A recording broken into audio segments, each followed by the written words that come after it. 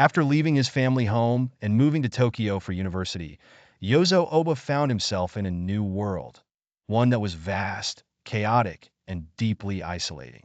Tokyo, with its bustling streets and endless streams of people, only emphasized the profound loneliness he felt. Though freed from the pressures of his family's expectations, he was left directionless, drifting through his days in a haze of disconnection.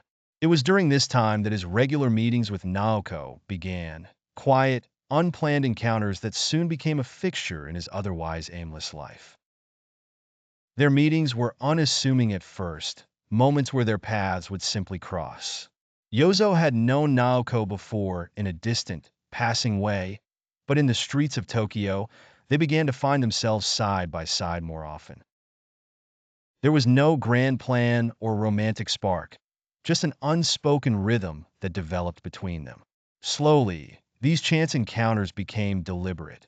Without saying it aloud, they began to expect each other, their paths aligning as if by instinct. When they were together, words were sparse. Yozo and Naoko walked the streets of the city in shared silence, neither feeling the need to fill the air with conversation. For Yozo, this was a new and unexpected kind of comfort. In the presence of others, he always felt compelled to perform, to hide behind his carefully constructed facade of charm and humor. But Naoko's quiet demeanor allowed him to let down his guard, even if only a little. She didn't demand anything from him, and her stillness mirrored something he felt within himself. Naoko seemed, in her own way, as disconnected from the world as Yozo. She walked with a soft, measured step, her eyes often distant as if lost in her own thoughts. Her beauty was undeniable, but it was her air of vulnerability that struck Yozo most. There was a quiet fragility about her, as though she were carrying an invisible burden. He didn't pry into her feelings. He had no desire to impose, but he could sense in her an echo of his own loneliness. This unspoken bond, fragile as it was, gave him a rare sense of connection. Over time, Yozo found himself drawn to Naoko in ways he couldn't entirely explain.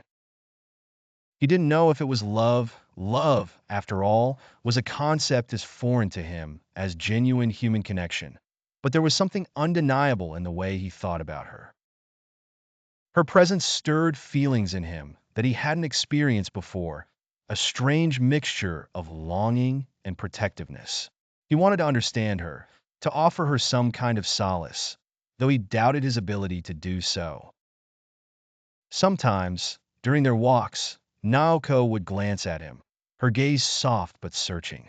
In those moments, Yozo felt something shift inside him, a faint flicker of warmth that he didn't know how to name. He often thought about speaking, about expressing what he felt, but he hesitated. Words, he feared, might shatter the delicate balance they had found. Their silence was its own form of communication, and he wasn't sure he wanted to disturb it. One evening, as they walked along the riverbank, Naoko finally broke the silence. Her voice was quiet, almost hesitant, as she began to talk about her struggles. She spoke of the weight she often felt, the sense that the world around her was too much to bear. Sometimes, she said, her eyes fixed on the water, it feels like I'm floating, like I'm not really here, and everything around me is happening to someone else. Her words struck Yozo deeply. He had never heard anyone articulate so perfectly what he often felt himself. He wanted to tell her this, to let her know that he understood, but he found himself unable to speak. Instead, he offered her a faint smile and said, "Maybe floating isn't so bad. It means you're not sinking." Naoko looked at him then, a small, fleeting smile crossing her lips. It wasn't much, but it felt like a breakthrough, a moment where the distance between them had narrowed, however briefly. Yozo felt a quiet satisfaction, mixed with an equal measure of fear. He had glimpsed something real in her, but he was terrified of what it might mean to truly connect with another person. Their walks continued, and though they rarely spoke, their bond deepened. Yozo began to realize how much he valued her presence, how much he looked forward to their time together. Naoko, too, seemed to find some solace in his company, though she never expressed it outright. Her actions spoke for her, waiting for him at their usual spots, walking slightly closer to him than before. There was a tenderness in these small gestures, one that Yozo didn't know how to reciprocate, but deeply appreciated. Despite their growing closeness, an unspoken barrier remained between them.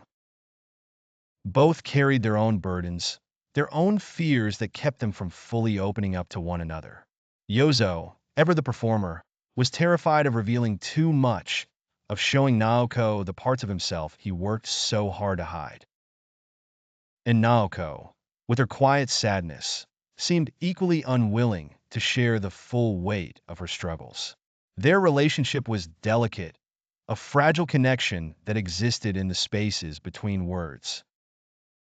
Yozo often wondered if he should say more, if he should try to bridge the gap between them.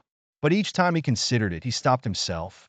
He didn't want to risk losing what they had, even if it meant leaving things unsaid. Their bond, however incomplete, was one of the few things in his life that felt real, and he couldn't bear the thought of jeopardizing it. In Naoko, Yozo saw a reflection of his own loneliness, his own inability to fully belong to the world around him.